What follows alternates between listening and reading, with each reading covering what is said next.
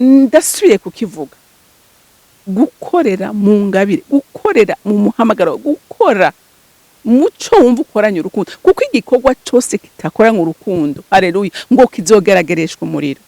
Hariho abashobora gukora kugira ngo biyerekane, hariho abashobora gukora urumva ukavuga ati no ndabikora, mugabo akabikora ngo ariko anezereza Imana. Umviriza, igikorwa utari kurakorana urukundo rw'Imana, Imana ntishobora kucandika.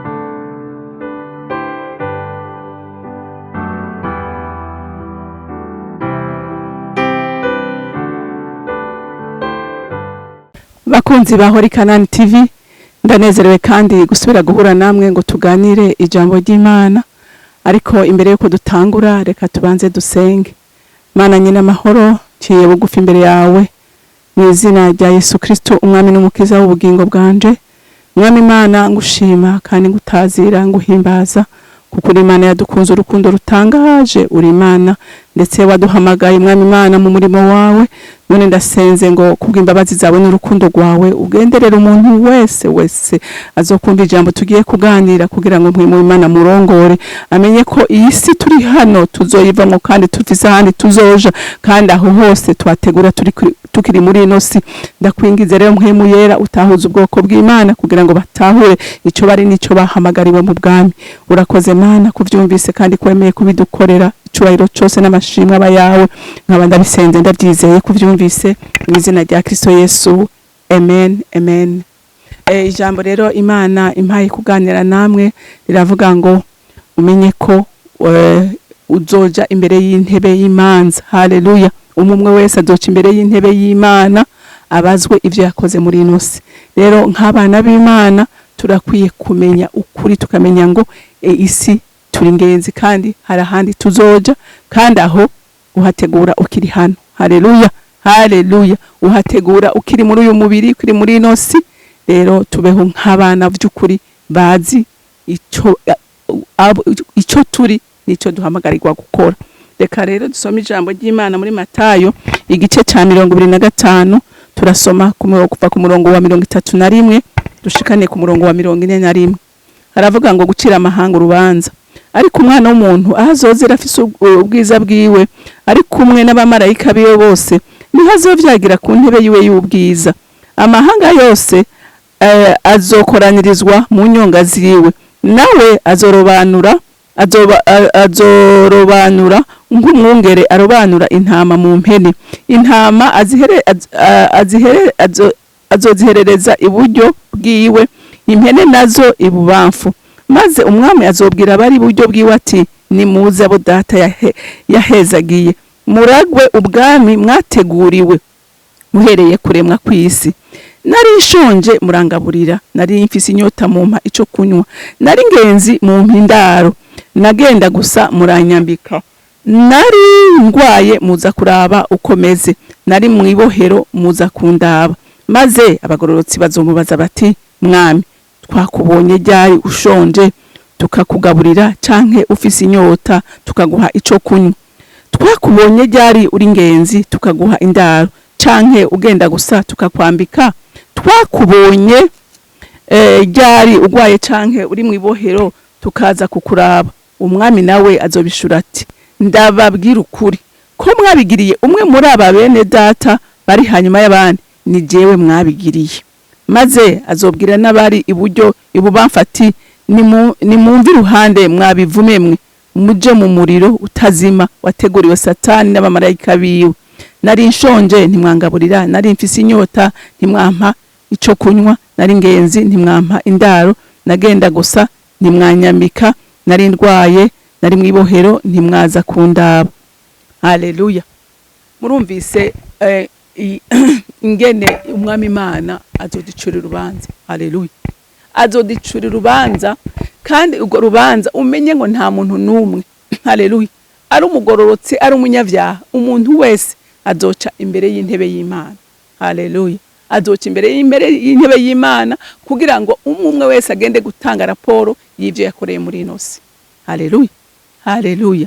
Yesu aravuga atumviriza ati, azoza tubaze.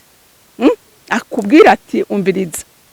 Avyo bibwira abagororotsi ati, mwebwe nari nshonje mwaranga buriyo ati nagenda gusa muranyambika ati nari mwibohero ngo mwumvise ibyo twadondaguye ngo hama ngo bazomubaza ngo mwami ngo twakubonye ryari ngo tubikorera ibyo azobishura ngo bijya mwakoreye umwe mu barya bose badashoboye ati mwabikoreye jewe.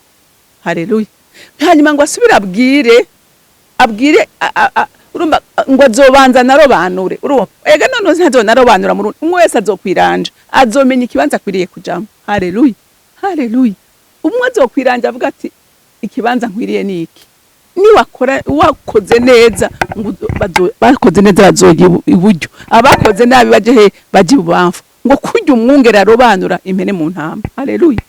Ndakwifuriza muntu w'Imana ntuzobe mu mpene ntuzoba baje ibubamfu. Haleluya. ariko uzoje iburyo bw'Imana. Amen. Ngo bo rero batigeze bakora ikintu na kimwe. Murazi ko aricyo twaganiriye ku munsi w'ejo tuvuga ku mataranto abakoresheje amataranto yabo neza bazoje iburyo bw'Imana. Haleluya.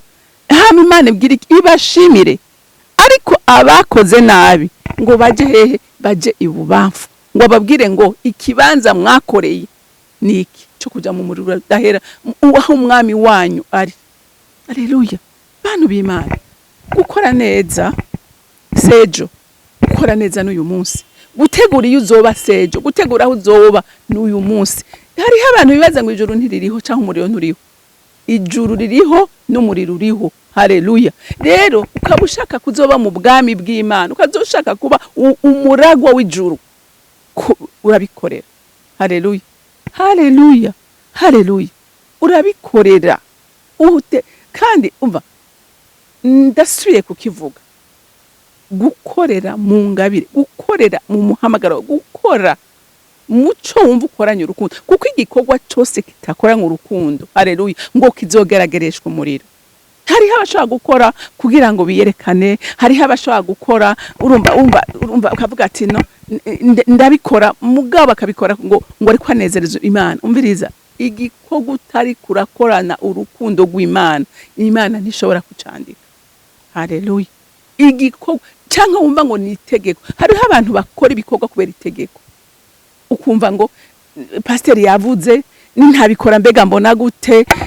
Umva ntugakorere pasiteri, ntugakorere ijisho, ariko kora uvuga ngo ndakora ku bw'icubahiro cya papa. Amen. Haleluya. Ico nico gikorwa uzohembegwa.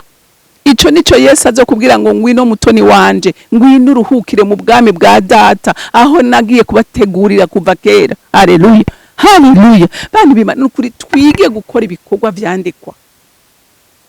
Twige gukora ibikorwa vyandikwa, ibikorwa bitandikwa birababaje kuko uri kuranahomba. Ariko igikorwa cyandika ni igikorwa gikoze gikoranywe urukundo. Haleluya. Haleluya. Kandi ubwo nago ntushobora gukora igikorwa utuzuye mpemu yera. Nta gikorwa cy'urukundo ukora utuzuye mpemu yera. Amen. Haleluya. Nico gituma abana b'Imana dukwiye kuzura mpemu yera. Amen. Tugakora ibikorwa byandikwa bihimbara umutima w'Imana. Rero urumva ko abatazokora neza urumva baba kandi n'ivyo umwami bakora umwami wabo. Haleluya. Yesu ukorera uwo mwami wawe, ukora ibikorwa by'urukundo. Igihe udakora ibikorwa by'urukundo ukorera Satani. So rero nahawe nanje uyu munsi kwiraba ukavuga uti mbega je by'ukuri uyu munsi mpagaze gute. Haleluya. Ndiko nkora gute? Ndiko nkorera mu ngabire yanje, ndiko nkorera mu rukundo rw'Imana, canke ndiko ndakora kugira ngo nezereza abantu, canke ndiko ndakora kugira ngo nigiriye publicity. Umviriza, nta nico yomara, nta nico vyo kumarira, ariko ikikugiriye akamaro nuko ukora ibikorwa umwami wawe ashima. Haleluya. Haleluya. Nugukora ibikorwa umwami wawe ashima. Rero ndumva no shaka nkagezana ngaha ari message umuntu yayumvise, wirabe wisuzume. Haleluya. Uvuge by'ukuri je mpagaze mu ngabire yanje, jewe ndiko ndakora ibikorwa by'ukuri bihimbara umutima w'Imana. Mbega uyu munsi jewe mbonye umuntu amerewe na urumva kompatisa, urumva vraiment ubabajwe n'abariko barapfa, n'abariko barahona, n'abariko barazimira, mbega birakubabaza cyane wumva ari bisanzwe. Umuntu afise umutima w'Imana ababarana n'abababaye akanezeranwa n'abanezerewe. Haleluya. Rero Imana yo mwijuru ibampera umugisha. Umuntu wese yisuzume yiraba avuge ngo ahandi ndazi ko atariho nzoguma, hari ikibana nteza gutegura nzobamwo eternellement. Haleluya. Mana data rugira vyose uri mwijuru, ndagushimiye Mana, nukuri mwiza, kuko ijambo ryawe niryo ryama ridukebura, niryo ryama riturera, niryo ryama ritwigisha. Ese ico mwami wanje uyu munsi umuntu wese azokumvira ijambo yekagira aho rimukiye naho rimugejeje, agafata ingingo zo kugendera mu rukundo rw'Imana, agafata ingingo yo gukora ibikorwa vyiza bihimbara Imana, gwivuye mu rukundo rwawe. Data byo bari vyiza kuko ari wewe ubishoboye, mpemu yera. Ndakwinginze uvomerera ubugingo bwose, ndakwinginze ugenderera umuntu wese, ndakwiyambaje mpemu yera, ugirire neza abantu bose kugira ngo banezererwe kuba abana b'ukuri bo mu bwami. Uzobakoze mukunzi, ndagushimiye kandi ndakuninahaje icyubahiro cyose n'amashimwe yose aba yawe. Nkaba ndabisenze ndavyizeye kuvyumvise mu izina rya Kristo Yesu. Amen, amen. Mwarahezagiwe, mugira umunsi